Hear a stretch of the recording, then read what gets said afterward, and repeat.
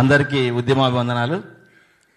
చాలాసేపటి నుంచి ఈ కార్యక్రమానికి రావాలని వేరే ఒక సమస్యల అంటే దీనికి సంబంధించిన సమావేశాలే ఒక పాట రికార్డింగ్ అవుతుంది. దాని విషయంలో కొంత ఆలస్యమైంది రావడానికి మన్నించాలని చెప్పేసి మా ప్రవీణన్నకు మిగతా న్యాయవాదులందరికీ కూడా హృదయపూర్వక ఉద్యమాభివందనాలు తెలియజేస్తా ఉన్నా.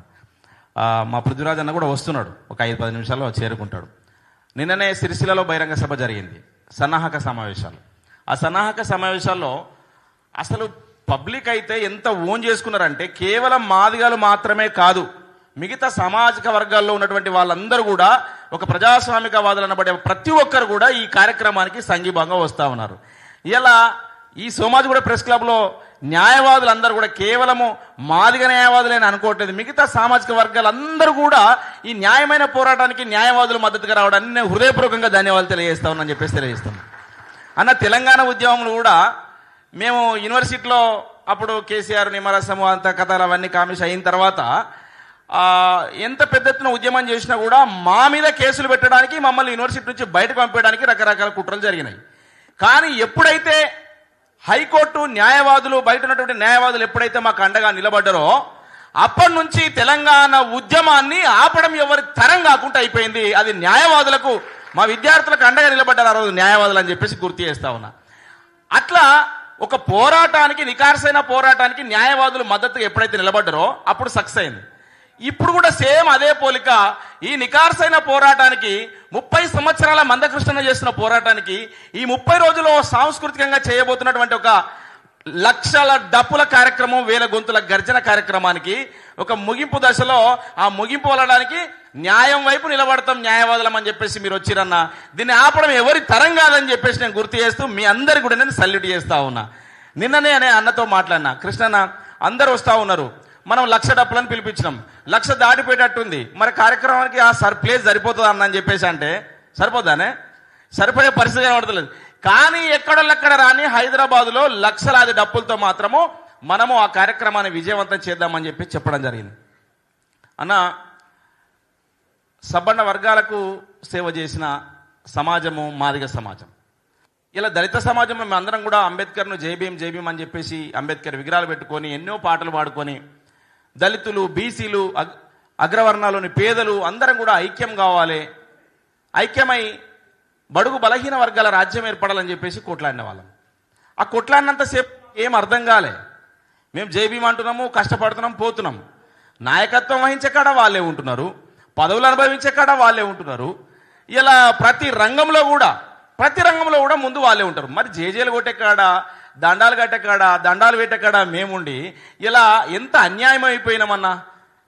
రిజర్వేషన్ ఉందా అసలు? ఆ రిజర్వేషను ఈ మాదిగ కానీ, మాదిగ ఉపకులాలకు కానీ, మారలో ఉన్నటువంటి ఉపకులాలకు కానీ అసలు అందిందా ఇన్ని రోజులు అని చెప్పేసి ఆలోచిస్తే ఎక్కడుందన్నా?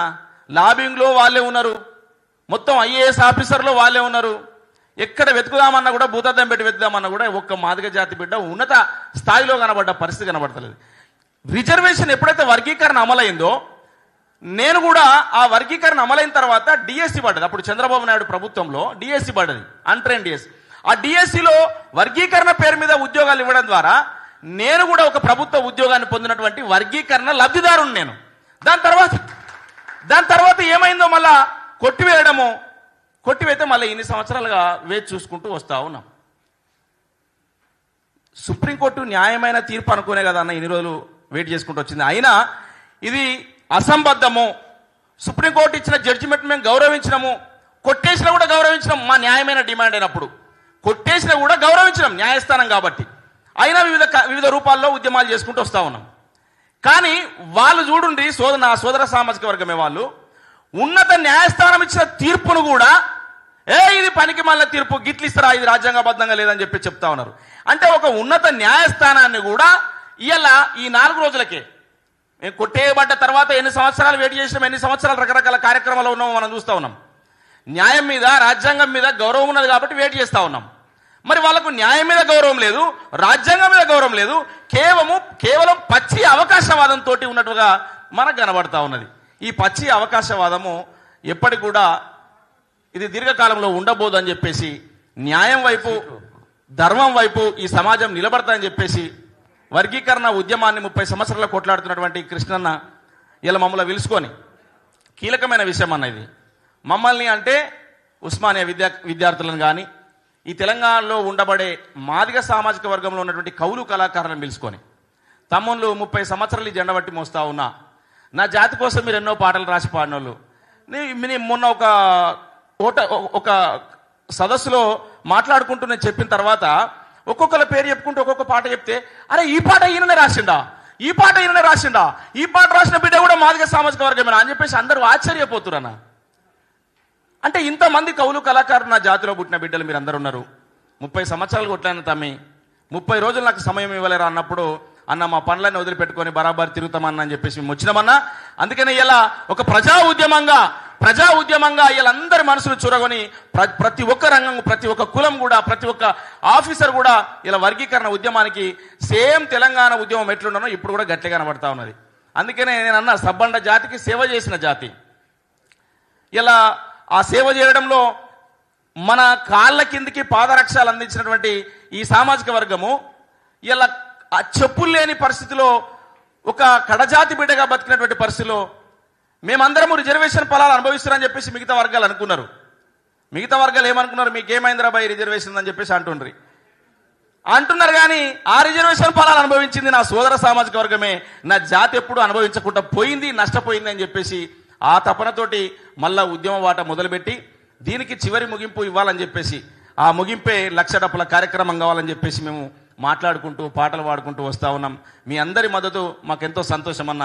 మాకందరికి 1000 ఏనుగుల బలం అని చెప్పేసి, మా జాతి బిడ్డలకు మీ అందరి మద్దతు 1000 ఏనుగుల బలం అని చెప్పేసి నేను మీ అందరికి కూడా హృదయపూర్వకంగా ధన్యవాదాలు తెలియజేసుకుంటూ, కిర్రు కిర్రు చెప్పునోయమ్మా ఈ మనిషి కళ్ళకు మెత్తనైనా పరుపునోయమ్మా, నా తల్లిదండ్రులు మాదిగోళ్ళమ్మా ఈ ఊరి కావల మురికి కుంటలో ఉంటారోయమ్మా, నా తల్లిదండ్రులు మాదిగోళ్ళమ్మా ఈ ఊరి కావల మురికి కుంటలో ఉంటారోయమ్మా, శర్మ మొలిసి చెప్పు చేసి కలిగినోళ్లకు కానుకిచ్చి, శర్మ మొలిసి చెప్పు చేసి కలిగినోళ్లకు కానుకిచ్చి, ఉట్టి కాళ్ళతో తిరుగుతున్నా ఎట్టి మాదిగోళ్ళ బిడ్డను కిర్రు కిర్రు చెప్పునోయమ్మా ఈ మనిషి కళ్ళకు మెత్తనైనా పరుపునోయమ్మా, కిర్రు కిర్రు చెప్పునోయమ్మా ఈ మనిషి కళ్ళకు మెత్తనైనా పరుపునోయమ్మా, నా కులము ఆపతి వడ్డదోయమ్మా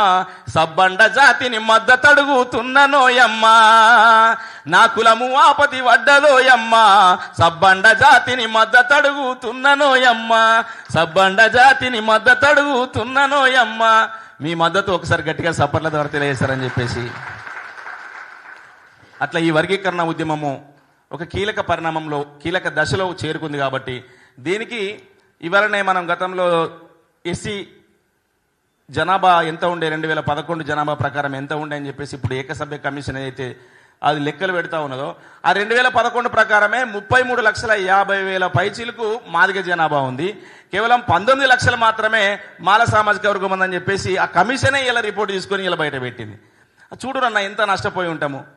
కాబట్టి ఇలా నష్టపోయిన వాళ్ళము బాధపడుకుంటూ అందరి దగ్గర తిరుగుతున్నాము. లబ్ధి పొందినోడు ఈ సమాజం నుంచి ఒంటరిగా అయినా సరే అందరినీ హెచ్చరించుకుంటూ బెదిరించుకుంటూ మళ్ళీ గదే దబాయింపులతోటి ముందు వరుసలోకి వచ్చి నిలబడతా ఉన్నాడు. ఒకసారి ఆలోచించరన్న, అది న్యాయమైన డిమాండ్ కాదా? న్యాయమైన డిమాండ్ కాకపోతే మీరు అందరూ ఎందుకు వస్తారన్నా? ఇన్ని కులాలు ఎందుకు వస్తాయన్నా? తెలంగాణ ఉద్యమంలో ఆర్ఎస్యు నుంచి ఆర్ఎస్ఎస్ దాకా కలిస్తేనే తెలంగాణ వస్తుందని జయశంకర్ సార్ పదే పదే చెప్తుండే. ఇవాళ గదే పరిస్థితి ఇలా వర్గీకరణ కూడా ఉంది. ఆర్ఎస్యు నుంచి ఆర్ఎస్ఎస్ దాకా బరాబర్ ఉంటారు. నరేంద్ర మోడీని కౌగిలించుకున్నాడు మందకృష్ణన్న, బీజేపీ పట్టుకపోతున్నాడు మందకృష్ణన్న, మొత్తం సమాజాన్ని బీజేపీ పట్టుకెళ్తున్నాడు. ఇది బీజేపీ యొక్క ఎజెండా అని చెప్పేసి దుష్ప్రచారం చేస్తున్నటువంటి దుర్మార్గులకు మనం ఇలా ఒక చెంపపెట్టులాగా నిలబడాలి. ఇక్కడ ఉన్న వాళ్ళు ఎవరం కూడా బీజేపీ కాదు కదన్న, న్యాయవాద వృత్తి చేసుకునే వాళ్ళం. మరి న్యాయవాద వృత్తి చేసుకునే వాళ్ళు ఇలా మందకృష్ణ పోరాటానికి మద్దతు పలుకుతారంటే ఇది ఏ పార్టీ వైపు పట్టుకెళ్తున్నట్టు?